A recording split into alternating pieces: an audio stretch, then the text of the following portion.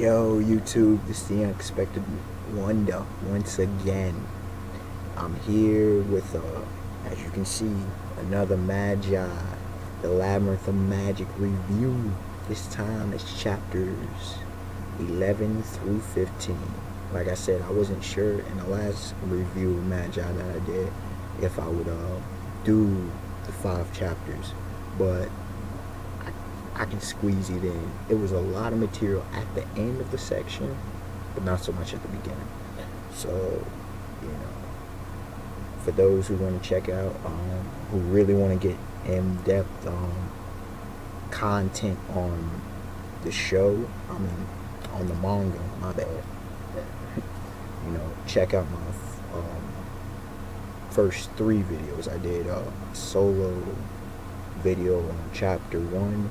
Then I did a review on chapters 2 through 5, and then 6 through 10 just got uploaded.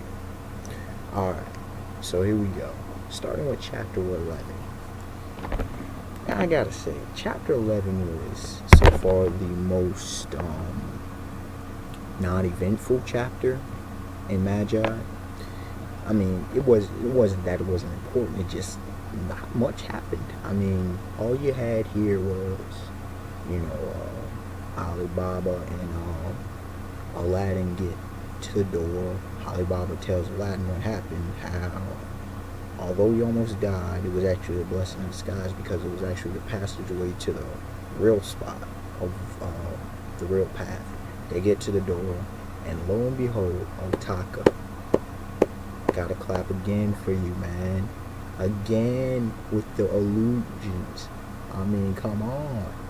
Aladdin to open the door, what does he say? Open sesame. Now, for those who don't know, who are ignorant of literature, classic and legendary literature, open sesame is what actually Alibaba said in Alibaba and the 40 Thieves, which comes from 1001 Nights. Anyway, so they get through the door and they're like,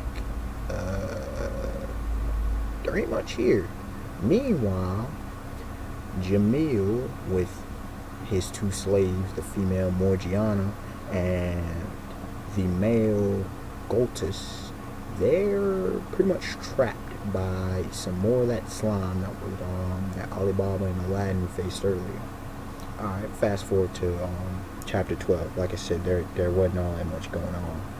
Chapter 12, we have what I call the chapter just ponage. If you would put a real title, forget what that title is about the straining of life. No, ponage. Because in this chapter, what do we have? We have Jamil. You see Goltus. He just falls through the floor, and then all alone. Oh, actually, Aladdin gets sent flying, and then we see Morgiana going to chase after Aladdin, and Jamil and doggone Alibaba versus Jamil. Finally the clash we've been waiting on. So here we go. Here we find out that Jamil is most definitely a sadist. He's thinking about the pleasure of torturing Alibaba before he kills Alibaba. Well, doesn't quite work that way. Again, Alibaba is proven to be powerful, badass material stuff. I'm serious, man. This dude is legitly strong. Well, not so much strong, but in swordplay, oh yeah, knife. Even though he used a knife, oh yeah, this dude, oh yeah, top tier, ladies and gents. Jamil couldn't touch him. And then Alibaba's playing with him where he could kill him, showing him multiple spots. And then knife point to his neck. He's like, yo, give me Aladdin's foot. And there you go. Moving into chapter 13. What do we have? Oh, before I get there, I almost forgot about one of the most important parts of the chapter. What we see is a bit of Alibaba's backstory. Now, the beginning, about his birth, about his early life, and how come he's so good at swordplay, how come he's so intelligent and whatnot. I ain't gonna tell y'all just got to read the chapters. And if you're here, I'm assuming you have read the chapters, so you know what it is and what it ain't. Anyway, I just thought it was cool. I mean, again, Otaka is patient. It's just beautiful. Moving into chapter 13. Chapter 13, what do we see? Morgiana is Amazonian. Not that she's actually like actual Amazonian, but she's a freaking nature, yo. She is strong as can be. I mean, she just flew over from Aladdin and boom, right? You know, she just gets over there. And Alibaba tries to be friendly. He's like, Jamil, punk ass, okay, come join me. We gonna be free together. Don't be enslaved by him any longer. But he's offers out his hand of friendship, but she's psychologically chained and enslaved because what I believe it was in that chapter. Yeah, it was in chapter 13. It shows that Jamil again becomes a sadist, and you'll see why in a second. Because it shows that the scenes where he's been abusing her from mere childhood, so that's all she knows. So of course she's gonna follow all his orders, and she takes the exposed Alibaba and slams him, almost KOs him. It wasn't even a challenge. I mean, that was my goodness, that was nasty. But Jamil, he wasn't satisfied. He's like, yo, you kill Morgiana, you kill that cat, you kill this peon, this plebeian known as Alibaba. And she's hesitant. She's like, I want to obey, but before she even has to make the decision, Aladdin.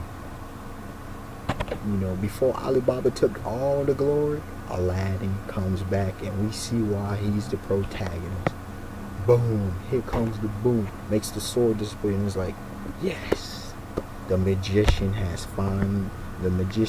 has finally been revealed, ladies and gents. There you go. And then let me just hold on, I'm trying to remember. Oh yes, before I forget, again, more backstory. In this we see why in chapter 13 we see why Jamil is why he's sadistic, because we see this how he was raised, and then it brings about a prophecy of how he will become king or some nonsense like that. Anyway, moving into chapter 14, this is just epic for Aladdin. Yeah, for Aladdin. Chapter 14 should just be called Epicness of Aladdin, because that's what we saw here. So anyways, Morgiana's supposed to square off with Aladdin. Aladdin's charged up with magic and everything. Morgiana even tries to strike Aladdin. No. One shots her away into some wall. Not damaging, but kind of a holding mystical thing action going on. And so Jamil's food was like, yes, become one, become my general. I'm supposed to be, make me powerful or some nonsense like that. And Aladdin's just not seeing it. He's just not seeing them at all. He's like, yeah, you too weak. He's like, what? I'm supposed to be king. He's like, you're the least likely person to be king. So Aladdin, and Jamil, who is defenseless, back to the punk ass Jamil. Instead of, he keeps switching from sadist to punk ass. He hands Aladdin back his food, because, oh yeah, and in this must be revealed, Aladdin is the Magi. Getting to that in chapter 15, my bad, y'all. Aladdin is the Magi. So, Jamil with the prophecy, he's saying, he's thinking Aladdin's going to be on his side. Think about this logically, ladies and gentlemen. Why would somebody as powerful as Aladdin follow orders from him. But that's neither here nor there for now. But just some food for thought, you know. Why would the powerful follow a weakling? Make no kind of sense, does it? That's a setup. That's a setup for chapter 15. So Aladdin gets his flute back and some power, and there we go, some light show, and this big old genie appears. Chapter 15. Now, not everything, but a lot's revealed. We begin to understand who Aladdin is.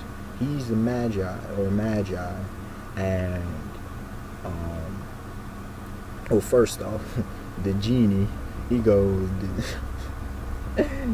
he looks at Jamil and he's like, yo, you can't. He asked the people who wants to be king. He's like, Jamil, nah, you too black. You not black in a good way. Your heart is black. You know, you dirty.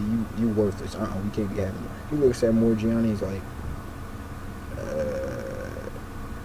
too small, but you have a strong will live.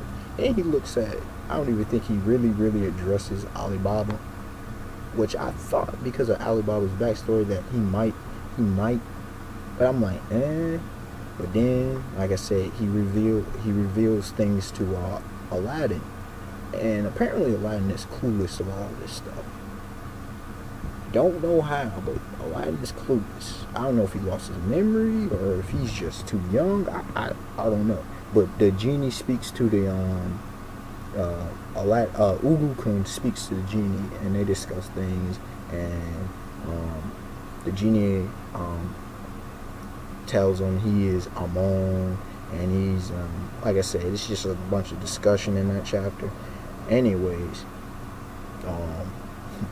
oh yes, he mentions to Alibaba that the dungeon is cleared, and he's like, yo, you can have everything. And Alibaba's like, really? And he's like, yo, brat, I done said it. You can take what you want. I don't care. But this place is about to collapse. So you see the place collapses, and Galtus appears. Why does Galtus do what Galtus does? Alright, so like I said, the place is collapsing, and the genie, Amon, he goes, yo, Alibaba, Magi, Aladdin, you got to get on up and get out of here. I'm gonna send you away. So Aladdin and Alibaba like, yo, Morgiana, come with us. It's time for you to get the hell out of here. Don't be with this Jamil character. He's enslaved you your whole life. It's time for you to be free. And like I said, Galtus, who we thought was possibly dead, no, he doesn't die. Of course he doesn't die. He's like, yeah, he grabs Jamil and he's like, look, Morgiana, I have blood on my hands, okay? I'm chained to this dude. You, on the other hand, have pride left in you. You need to get back to your homeland, okay? Back to our peoples. Even though we're from different parts, we're from the same tribe. Get back to our peoples. I'm going to set you free, cuts her chains. And then he walks off like a boss. And some kind of magic brings Morgiana, and she's just like, because she was still mentally enslaved. And anyways, the magic shoots them up out of there, and the genie Amon's like, yo, I probably should go with them. So he hides up in Alibaba's knife, dagger, whatever it is, and it shoots up. Then we see the dungeon appear. But then the final thing, which was a kicker, and it's like, mystery? Is Ali, who are the two dudes at the end of the chapter 15 after the dungeon disappears? Oh, and before I forget, what is mentioned, for those who don't know and are ignorant, King Solomon was possibly, he was said to be the wisest man and probably the richest man to ever exist. He was son of King David. It's from the Bible. It's the book of Kings, First Kings. And also, I have to admit, I'm so glad Morgiana, from the moment I first saw her, knew she should be a part of with Aladdin and Alibaba. And to find out she's uber strong, I'm loving this. Yo, like, comment, subscribe, tell me y'all thoughts on these chapters, 11 through 15. Peace, y'all.